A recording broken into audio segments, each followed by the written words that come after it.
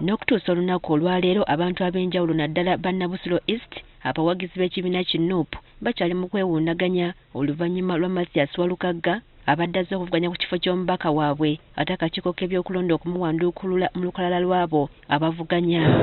Okusinziira kakiiko ente bwe yava ku mpapula z'abuyigirize nga kagamba nti eza Walukagga zaali tezituukiridde. Kyokka kino Walukagga ne bannakibiina abalala tebaamatira nakyo nga bagamba nti olw'okuba empapula za Walukagga zakakasibwa akakiiko k'ebyenjigiriza ebya waggulu tewali nsonga lwaki akakiiko k'ebyokulonda kaali kamusazaamu.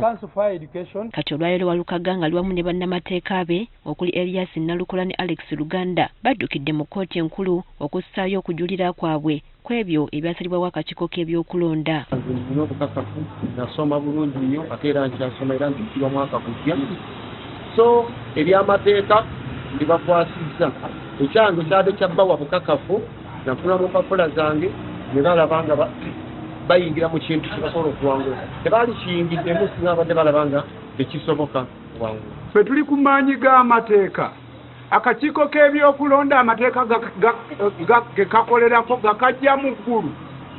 Ye kyogamba nti mukulu by'abakama takimanyi nti bw'amala okuwa ensala oyo awakanya ensala wooye waddembe okujulira.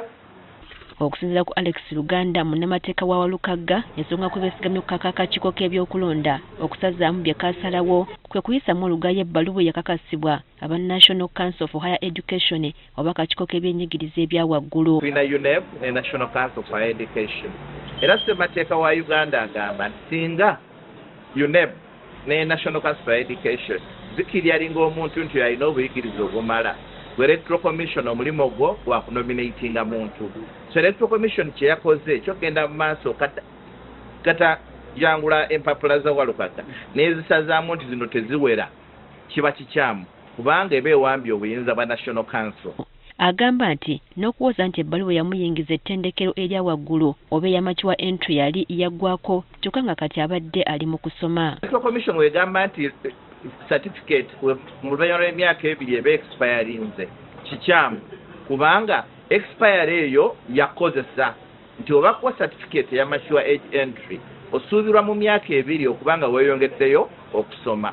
Honorable Walukagga yafuna certificate eyo mu Gwakutaano 2023 mu Gw'omunaana 2023 n'ajoininga university era kati saawa eno ali mu mwaka gwa kusatu St. Lawrence University. Era nga results ezava mu university n'Electoral Commission zetwazikwasa ziraga nti omuntu abadde ayita bulungi ebibuuzo bye era nga ali mu mwaka gusembayo graduatinga next year. Bano era beetegese n'okukunya akakiiko akalowooza nti oli okuba omukulembeze alina kusooka okuba na bitabo ebisukkulumye so nga ate etteeka lyakyuka. Balowooza nti amagezi n'obuyivu kitegeeza bitabo ku kitabo.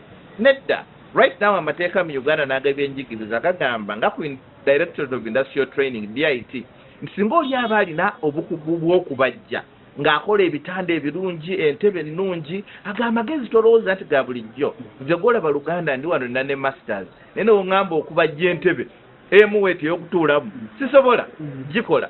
So tosobola kugamba nti oli alina obukugu obubajja entebe oba ekitanda ye musiru nti gw'olina certificate ndi senior 6 gw'olina kwekama ki amagezi kuno kuvoola bantu. Kyokka bano balina okutya obanga omusango guno gunaawulirwa mu bwangu kubanga akadde kakakuyege kasemberedde okuggwako. Obudde buweddeyo. Electoral Commission yakola ensala yayo nga 25 n'egituulira 25 November n'egituulira n'egifulumya nga 9 December wayiseewo wiiki nga 2.